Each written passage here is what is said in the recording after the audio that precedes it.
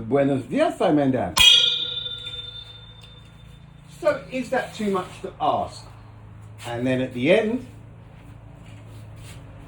we say, Moon, do you mind? You get that? Let me go back a bit. I'm not sure that you've got that. You ask, and you shall receive, Paul. Here is the bowling ball and feather in a vacuum experiment in real time. And once more, in case you missed it, That's entertaining. So, showed me, but Simon Dan, this, it's always the way, isn't it?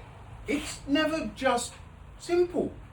It's never just a recalling a shot of something happening. Because at minute 4 and seconds 15, 4:15, this happens, right? This happens, Simon Dan. And it's just odd. So it's the same one, right? 4:15. Right? Now, why does this happen?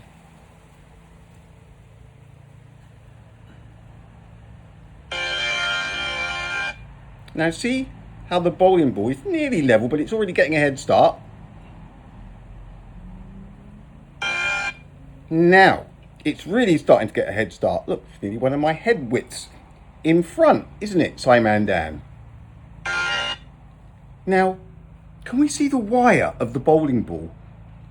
No, that's long gone. But the feather's still there. And then if we carry it on, why is it that they're all of a sudden level? Now, there's going to be loads that you can say here, Dan. But you know what? What I'm saying, it's the usual story, isn't it? Look. Look. Look. Talk to me. Feather's still there like a cockatoo's head, and the bowling ball has gone. The cockatoo's head is well above the bowling ball. But when we come out the other side, it's not the case, is it? And look how far away the shot is. So Simon Dan, no, it wasn't enough. Because this is what always happens. Why can it not just be show us from the beginning until the end without the mix and the match and the ups and the downs and from this side and from 20 kilometers away? Why not just show it? You then say, what would I expect? What would I expect if I had a bowling ball and a feather and I released them in a vacuum chamber? What would I expect? The first thing I'd expect is if somebody does go through all of that trouble to do it, not to leave us with questions.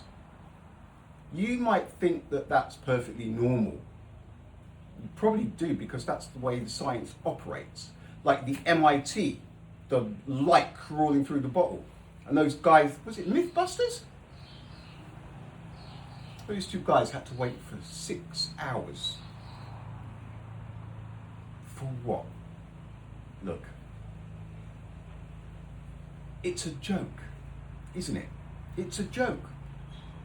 It's not science. It's propaganda. If you cannot question it, Simon Dan, it's propaganda. So back to you. What was the explanation for the bowling ball taking off in sprint mode and the feathers lagging behind? But then on the second shot, you know what I'm saying, Simon Dan. So no, it wasn't enough. And I don't know what I would expect.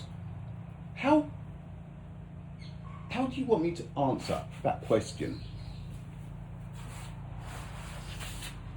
I haven't seen it done properly yet. If you did it properly, or somebody did it properly,